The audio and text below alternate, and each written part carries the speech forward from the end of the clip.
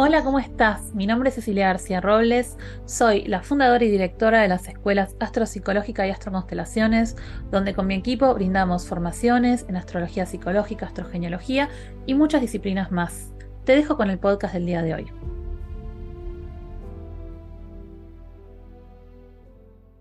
Hoy tenemos unas invitadas de lujo, estamos con Laura Pineri y con Ada Marcos. Bienvenidas chicas, un placer contar con su presencia en este espacio. ¿Cómo Bueno, ¿cómo están? están? Muy buenos días a todos. Bueno, mi nombre es Laura Pineri.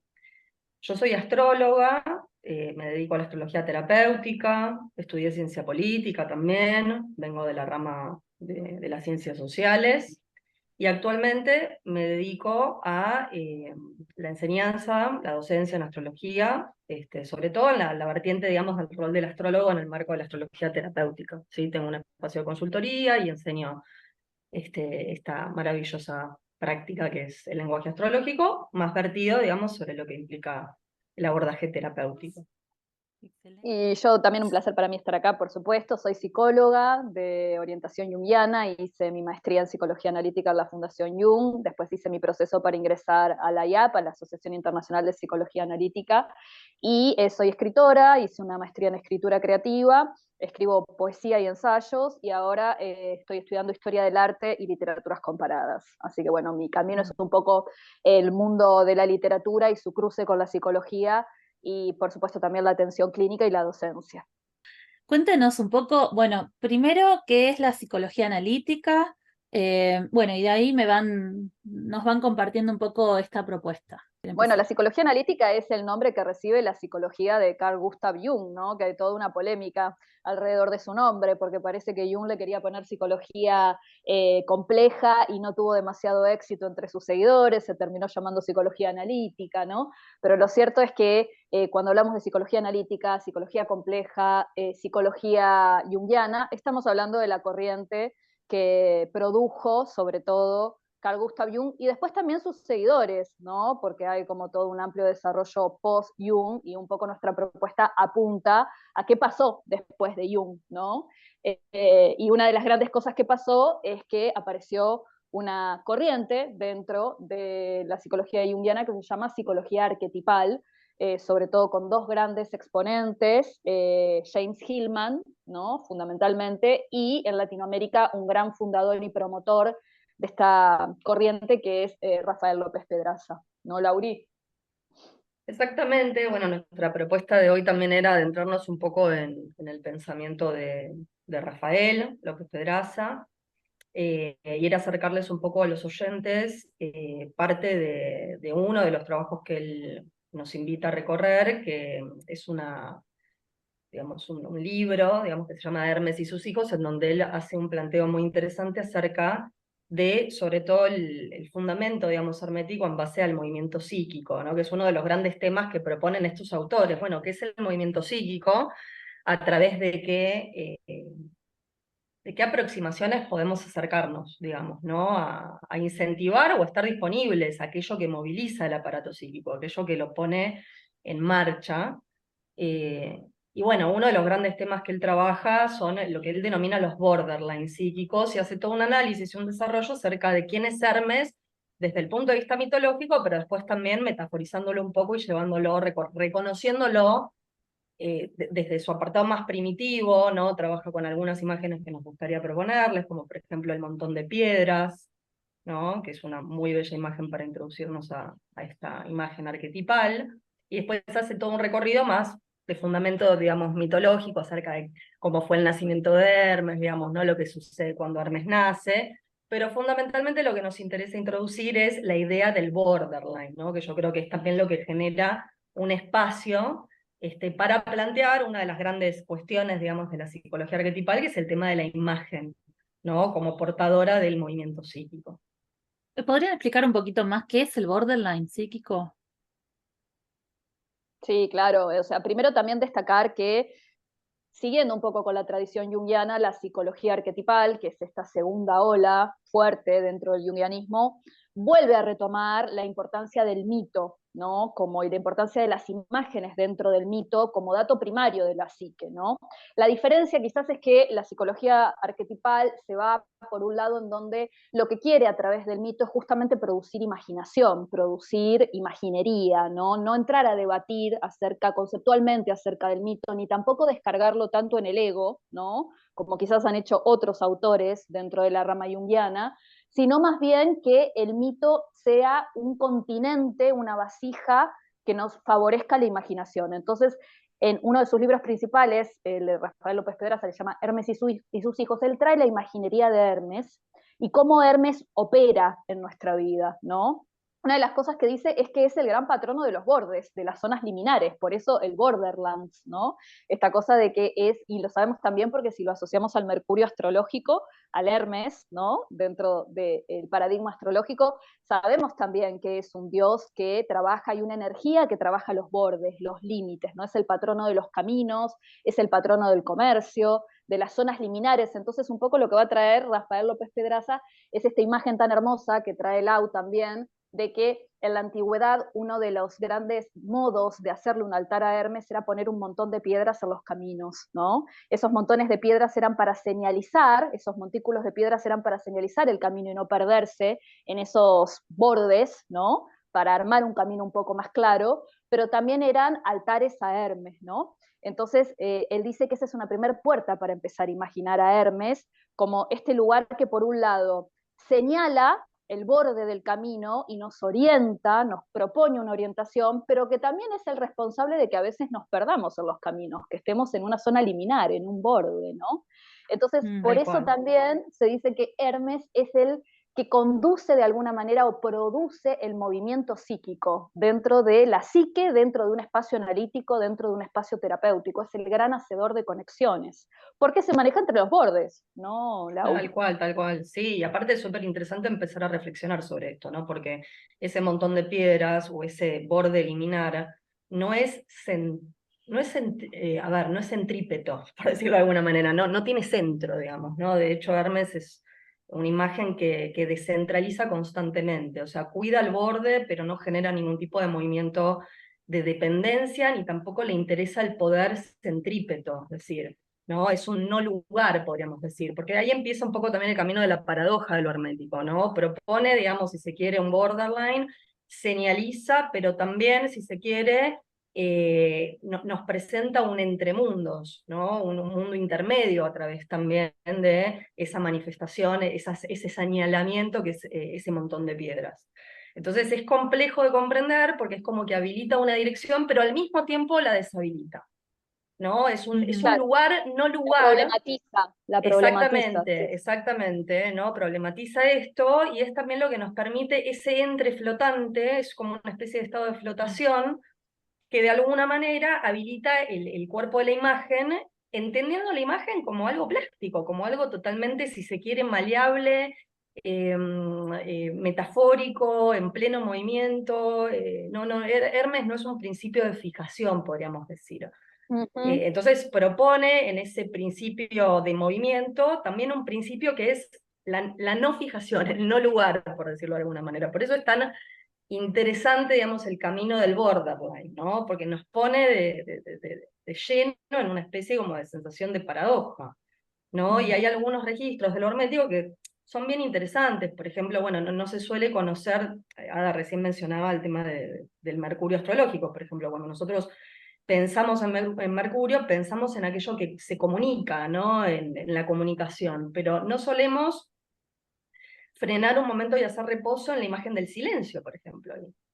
Y sin embargo, Hermes es el principio del silencio también. Es la memoria, es el nombrar, pero también es la desmemoria, ¿no? Y es el silencio. Entonces, nos empieza a poner en un lugar que va a requerir sostener un tipo de tensión, digamos, el contacto con el borderline, va a requerir un tipo de tensión determinada, que es un poco el entrenamiento y la destreza en la que tenemos que entrar para poder hacer contacto. Si se Me quiere, cuesta ¿no? un montón situarlo, porque bueno, como buena psicóloga, para mí el concepto de borderline tiene otro significado, ¿no? Claro. Y además, bueno, desde la obra de Jung, digamos, los complejos tienen ese centro, ¿no? Que coagula significados, ¿no? Y sentidos. Y claro, esto pensar algo que no tiene un centro, que no busca como atraer psíquicamente esos contenidos, Para mí es bueno, ¿dónde lo ubico? ¿No? No, no sé, O me cuesta un sea, montón no es, imaginarlo, es como otra teoría, digamos, lo veo así. lo que Es pasa es otra que ahí teoría. está, ese es lo complejo, ¿no? Porque no es que es un atractor, pero contingente. No Ujú. hegemoniza, no totaliza, Claro, ¿no? Atrae contingentemente y después, como no le interesa, y ahí podemos ir un poco también en la mitología de Hermes, no le interesa ser centro, no le interesa heroicamente obtener poder a través de esa gravitación centrípeta, se mueve, no se compromete. Claro, sea. sí, no, tiene movilidad, pero me parece que esto del centro nos lleva como a otra discusión que tiene que ver justamente con la diferencia entre la psicología más puramente junguiana y la arquetipal. Digamos, una de las cosas con las que quiebra la psicología arquetipal es con la idea de centro, ¿no? La psique es pura fragmentación para la psicología arquetipal y se da bastante, se pelea bastante o descentra bastante justamente la idea de self en Jung, de sí mismo, ¿no? Como el gran centro regulador de la psique, ¿no? Entonces, para la psicología arquetipal, esa rememoranza o esa imaginería de una psique regulada por un centro, ¿no? Por un centro hegemónico, es una especie de emulación del hebraísmo de la conciencia, ¿no? De la hegemonía de un arquetipo por encima de los demás. Entonces, como dice Laura, la psicología arquetipal más bien piensa en centros contingentes que van emergiendo y descoagulándose, ¿no? Disolviéndose y coagulándose cuando la imagen se hace preponderante. Cuando entramos en la imaginería de Hermes, Hermes se vuelve, digamos, ¿no? El símbolo preponderante ahí, y ahí entramos en todo un movimiento que tiene que ver con justamente la mitología de Hermes, las características, el campo arquetípico de este dios, sus fenómenos, sus afectos. Entramos en esa sintonía, pero eso no quiere decir que Hermes sea un centro fijo, sino que va a estar todo el tiempo la psicología arquetipal tomada por esta idea de que en realidad, lo dice Hillman muy claro, ¿no? No es que la unidad viene a curar nuestra fragmentación, sino que la realidad de la fragmentación viene a curarnos de la loca idea de un centro hegemónico, ¿no? O sea, nuestra Exactamente. fragmentación es la Qué realidad, y ahí locura. sí hace un tándem interesante con otra parte de Jung, que si bien Jung edifica, digamos, su teoría un poco en la idea de este centro que se llama el sí mismo, que es el gran regulador de la psique, también tiene la teoría general de los complejos, que es la propuesta por una psique fragmentada, ¿no? Al principio Total. hablábamos de la psicología compleja, y Jung le quería poner psicología compleja porque justamente estamos estructurados a través de los complejos, y los complejos son todas psiques parciales escindidas, así los define Jung, ¿no? Entonces en la astrología esto lo vemos mucho, no somos solo nuestro sol, no somos solo nuestra luna, somos una multiplicidad, ¿no? De complejos psíquicos, de imágenes que van caleidoscópicamente cobrando importancia o retrayéndose. Y bueno, cuando entramos en la imaginería de Hermes, que además Hermes, como patrono del trabajo hermético, es también un poco patrono de todos los abordajes terapéuticos y de los lenguajes simbólicos, ¿no? Entonces Sí, hay que Totalmente, ser claro. hermético para claro. poder trabajar con la psicología, con la astrología, y hay que generar movimiento psíquico, ¿no?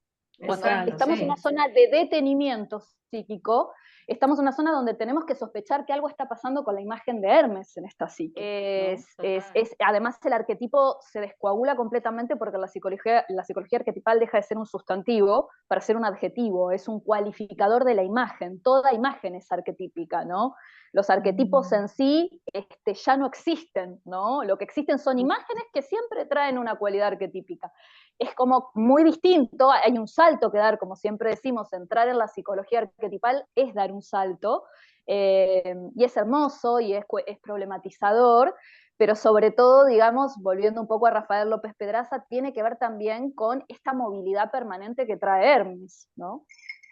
Sí, y es un encanto también preguntarnos si vamos a retomar el tema, por ejemplo, que me quedé con la palabra, ¿no? Como con la imagen del compromiso, ¿con qué Mm. estaría comprometido entonces el movimiento hermético? ¿No? Y ahí se me viene algo que, no sé, siempre, no sé si Rafael López Pedraza lo dice así, pero para mí se acerca bastante, que es el entusiasmo de este personaje. Que de hecho, si Mm. nosotros buscamos la etimología de entusiasmo, tiene que ver con estar atravesado por Dios, acá podríamos decir por los dioses. Es como si él, Mm. el movimiento hermético, él me refiero a Hermes, ¿no? Como la imagen hermética, propusiese entusiasmo, un movimiento curioso y entusiasta. No me gusta como pensarlo así, como esto estar atravesado por el entusiasmo, entendiendo que el entusiasmo es estar habitado por esa multiplicidad daimónica, ¿no? Entonces, en algún punto, ese montón de piedras es como, sí, digamos, ¿no? Como el compromiso con entrar en contacto, ¿no? Con ese movimiento entusiasta, en donde no se trata de no comprometernos, porque de hecho toda la psicología arquetipal va a proponer una permanencia, pero es como una permanencia justa, es como si llevándolo al mundo de la vida cotidiana dijésemos, bueno, a ver, pongo el pan en el horno, ¿no? Bueno, y esta parte el pan es una imagen muy alquímica, y la cocina también es una imagen muy alquímica. ¿Cuál es el tiempo justo que yo tengo que dejar al pan en el horno para que él mismo cobre plenamente contacto y se entusiasme, ¿no? ¿Y en qué momento tengo que retirarlo? Es decir, ahí está la contingencia de la permanencia. Entonces, no es que no hay compromiso, al revés. Claro. Yo creo que tenemos que repensar la idea del compromiso cuando pensamos o hacemos una reflexión en relación a Hermes. Al revés, yo creo que hay toda una idea también en relación al entusiasmo y a la cura a través del entusiasmo, que Ajá. fíjense que no tiene que ver tanto con una potencialidad delimitada que va hacia un lugar específico. Acá empezamos a desmantelar también todo un montón de cuestiones que vamos a trabajar en la formación en relación a la propuesta de la psicología arquetipal, ¿no? Que tienen que ver con, bueno, de cuestionar ciertos bastiones propios de cómo se ha pensado la cura, cómo se ha pensado la clínica, o cómo se ha pensado, digamos, ¿no? a la institución de la palabra, al poder institutivo de la palabra, bueno, un montón de cuestiones, pero esta idea de que Hermes pone ese montón de piedras para señalar un encuentro barra desencuentro, un entre, una flotación, en donde el entusiasmo pueda acaecer, pueda ocurrirnos, digamos, ¿no? Bellísima la imagen. ¿Y Es cuál es el hermoso. tiempo justo, ¿no? Para entusiasmarnos? Y cuando el entusiasmo es entusiasmo y cuando ya pasa a ser manía. Claro, u Ujú. obsesión. Claro. ¿No? A mí me da Entonces, como, ay, no sé, un poquito de vértigo, porque es como que rompe mucho con un montón de ideas que traemos, no solo de la psicología junguiana, sino de la psicología en general o del psicoanálisis. Siempre pensamos en que hay un ego, en que hay un ser, una identidad, y claro, creo que por un lado puede ser muy liberador, porque bueno, quiere decir que yo no soy eso que construí, esa es una parte, ¿no? Nada más de la totalidad que soy. Y por otro lado también puede ser como borderline, pero en el otro sentido de la palabra, ¿no? Como muy En el otro sentido, desorganizante, en claro, el como, sentido ah, clínico, claro. claro, y entonces ¿quién soy, no? Si no soy este centro. Claro, sí. claro, sí, yo creo que sí. Soy el hospedador, ¿no? La vasija que le hace de hospedador a los daimones. Lo que pasa es que ahí, para la psicología arquetipal y para la psicología junguiana también, el ego es un complejo más. Lo que pasa es que el Claro. problema del ego es que no reconoce que es un complejo, está demasiado cristalizado, literalizado en su propia realidad, ¿no? Entonces, una de las primeras cosas que hay que descoagular ahí es la idea esta, ¿no? Que no es que el ego es real y el resto son complejos. El ego es tan complejo, tiene la misma estructuración, la misma dinámica. Lo que pasa es que lo peligroso de él es que no tiende a no reconocer que es un complejo, ¿no? Y el Claro. arquetipo, digamos, que guía al ego es el héroe, ¿no? O sea, el ego tiene características, está organizado a través de la imagen de lo heroico, o sea, Total. básicamente, ¿no? Total, y ahí es donde Bueno, también las piedras se vuelven piedras y nada más, ¿no? En donde se se vuelven, se cierra, literaliza, se sí, hay algo que literaliza, se se vuelve literaliza piedra y y nada el más. movimiento psíquico se detiene ahí, ¿no? O Exacto. sea, creo que ese es el problema y es lo que Hermes puede devolver también en ese sentido, que también Hermes, al ser un dios liminar, es un dios amoral también, ¿no? Es un dios que no está asignado por la moralidad, no es patrono de los valores morales, heroicos, ¿no? Claramente Pedraza, siguiendo a Dobbs y a otros estudiosos, trabajan la idea de que en realidad Hermes se diferencia mucho de Apolo, de Artemisa, ¿no? Que son también sus medios hermanos, que sí son morales, sí están como justamente de este lado del polo apolíneo, ¿no? Más ordenado, más fijo, con valores más estrictos, y Hermes no. Entonces Hermes es un gran conductor en ese sentido de almas, como patrono de la psicoterapia, quizás también porque lo que dice Pedraza es que para trabajar psicoterapéuticamente tenemos que meternos con lo indigno, propio y del otro, ¿no? Con la nigreo-alquímica. Totalmente. Entonces, Hermes nos permite esa, digamos, posición no juzgadora, ¿no? no identificada con lo heroico, no identificada con el deber ser, que permite que la escucha se libere de un montón de condicionamientos y que se hagan conexiones, ¿no? Que se puedan Tal cual, generar de hecho, conexiones.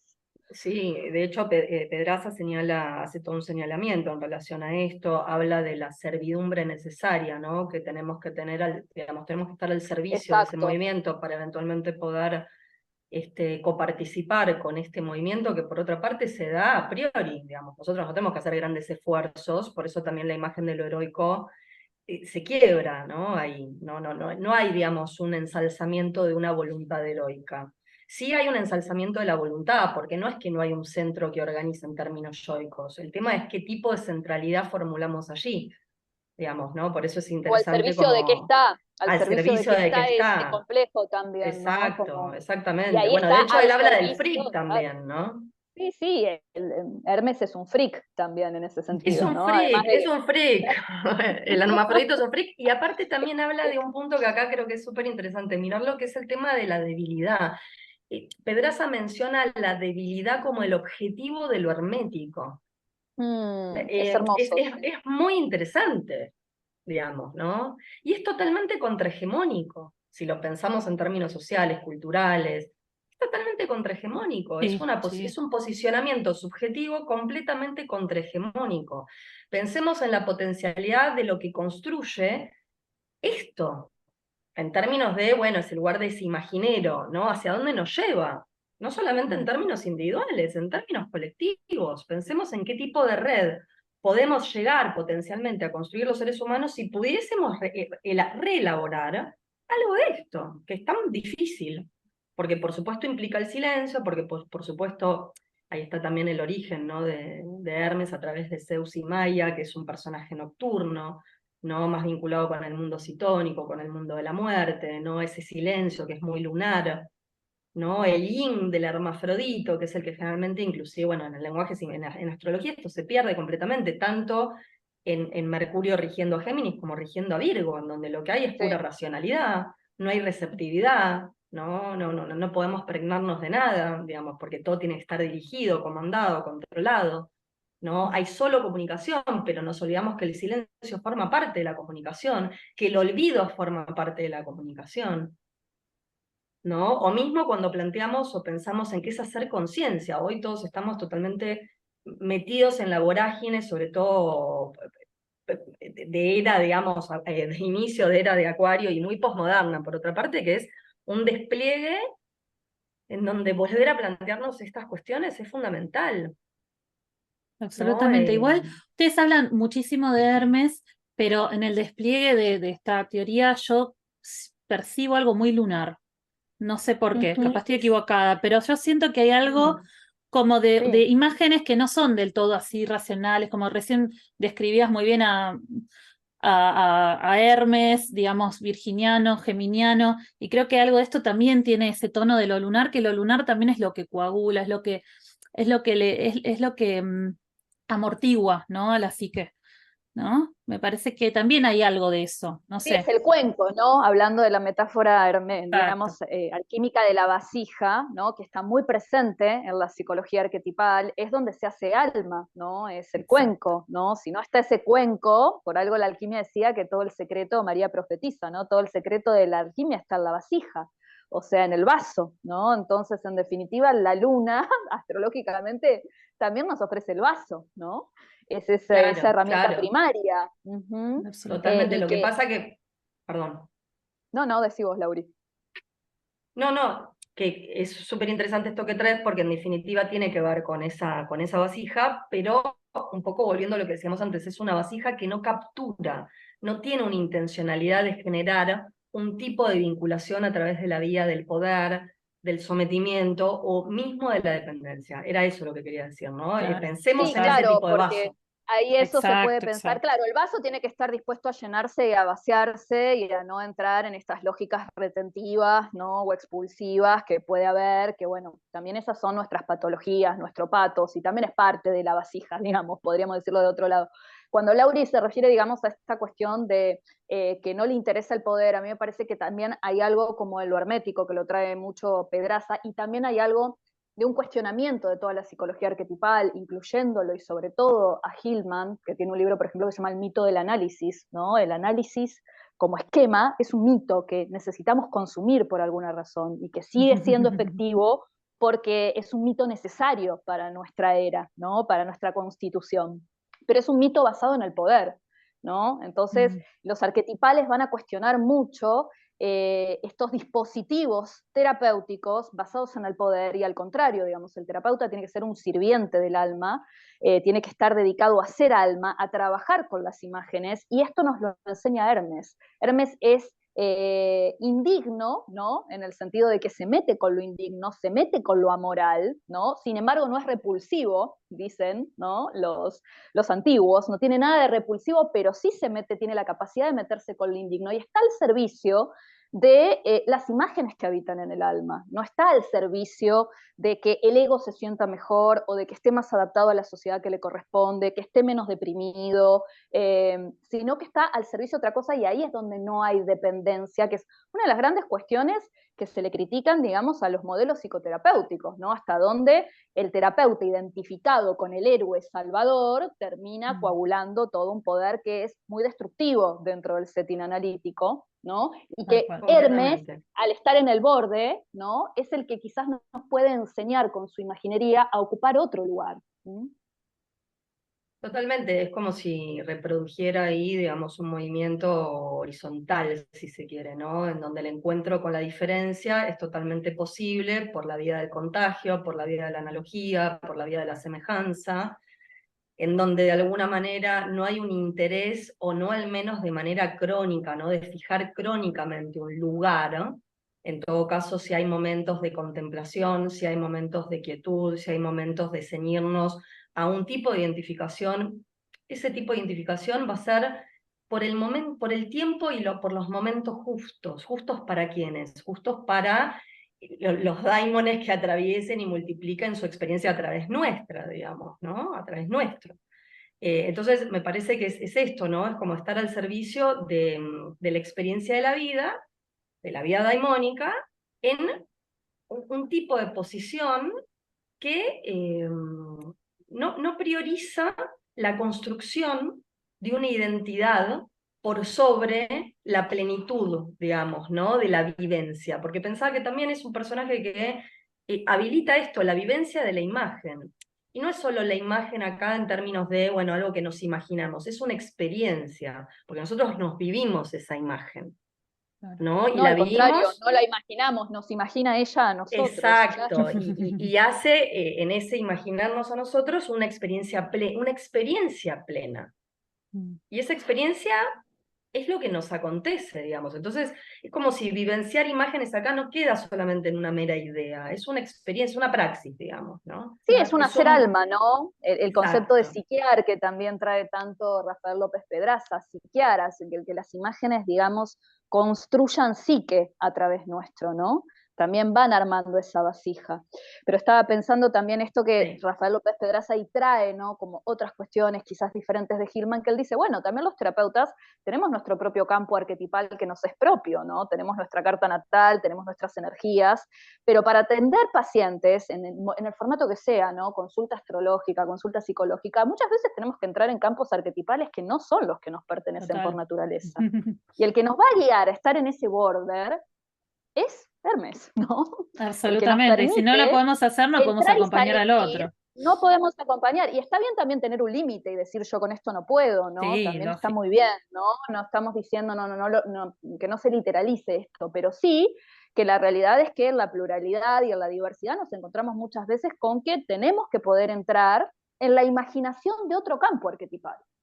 A ver, chicas, ustedes están hablando y yo realmente, o sea, estoy como entrando en una dimensión completamente desconocida y estoy ahí tratando de bucear ay, a ver, ¿qué es esto? ¿No? Por un lado, tratando de hacer conexiones para entenderlo, pero por otro lado también decir, bueno, esto es otra cosa, ¿no? Esto es algo nuevo, creo que eso también es liminar. Les quería preguntar, porque bueno, yo soy muy tierra y necesito bajarlo a lo concreto. ¿Para qué le podría servir? Ustedes van a dar un curso, una formación en 2024 sobre psicología arquetipal. ¿Para qué le podría servir al común denominador? Porque entiendo que esto no es para terapeutas exclusivamente, ni para personas especializadas en Jung. A mí me da como la sensación de que es una propuesta que lo que acerca es una pregunta acerca de qué es lo que entendemos por estar presentes en la vida, porque a mí me parece que por ahí el planteo que hace la psicología arquetipal nos acerca mucho a un tipo de experiencia que tiene que ver con la vivencia y no con la supervivencia. Y en eso hace bastante que estoy como dándole vueltas a eso, porque la sensación es que para que eventualmente podamos habilitar una práctica de ese entusiasmo del que hablábamos hace un rato, de la incertidumbre, del borderline, tenemos que lograr, si se quiere, atravesar la tendencia resistente que tenemos a volver rápidamente a los lugares que comprendemos como lugares y bastiones seguros y de supervivencia. Entonces, me da como la sensación de que la propuesta apunta a que todos podamos acercarnos a un borde, el borderline, ¿no? Que es bastante abismal, que es una hendidura, también una hendidura en la tierra, pero que en el mejor de los casos, yo creo que nos da la posibilidad de estar más presentes en la experiencia de la vida, porque de alguna manera la curiosidad y la alegría con la que Hermes nace, que bueno, no dijimos nada porque los tiempos no nos dan, pero a ver, para poner Hay una imagen, mucho para Hermes decir. nace y hay mucho para decir, pero le canta a los padres, no se engaña, no, Ujú.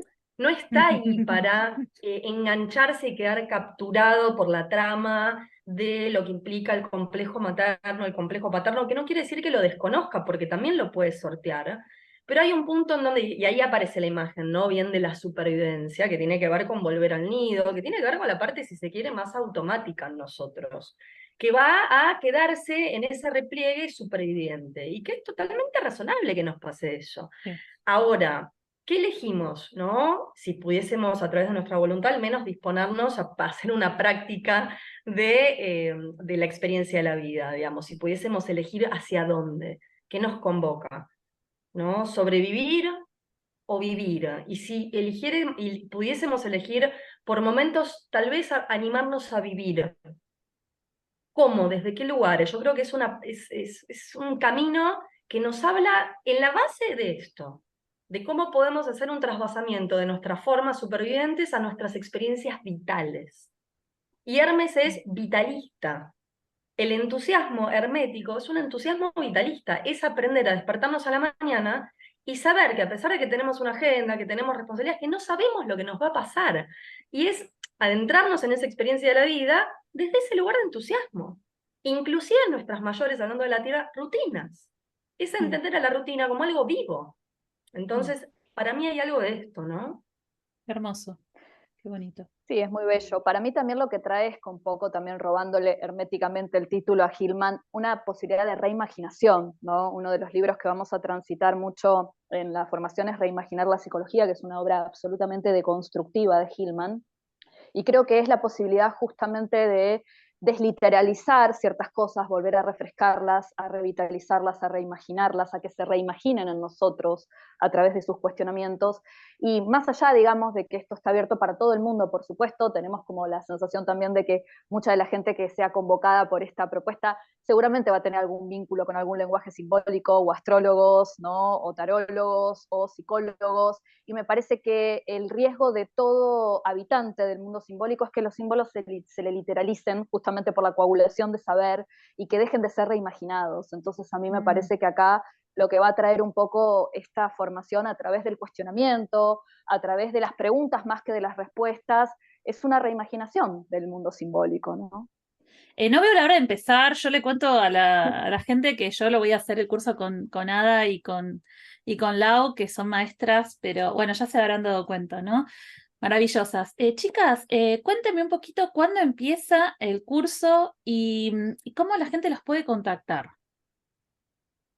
A través de la escuela Numen, que va a ser quien nos dé Numen. casa para hacer este viaje, que está en nuestra página web, Está también nuestro Instagram, se pueden comunicar por las dos vías, tienen todo el programa también subido a la página web, así que lo pueden descargar, pueden verlo, no se abrumen por la cantidad de bibliografía que hay citada, lo advierto porque hemos hecho una cosa tremenda alrededor de eso, lo reconocemos absolutamente, es orientativa, pero bueno, son como universos tan grandes que se abren en cada clase que nos entusiasmó la idea de poder orientar como poner muchos montículos de piedra en el camino, ¿no? Ay, qué lindas.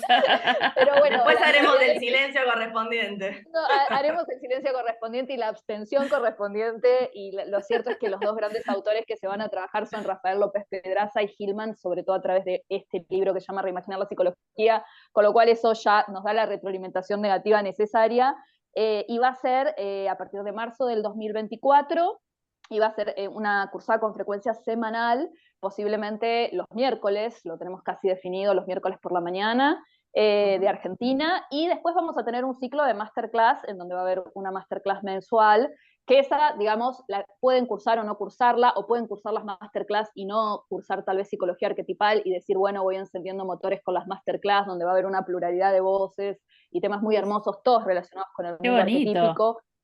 Así que sí, estamos contentas porque creemos que es también una propuesta que tiene como varias puertas de entrada y que no pierde la profundidad, que es lo que nos interesa también ofrecer, ¿no? Eso fue todo por el día de hoy. Espero que te haya gustado este podcast y te invito a seguirme en las redes en Astropsicológica o Astroconstelaciones.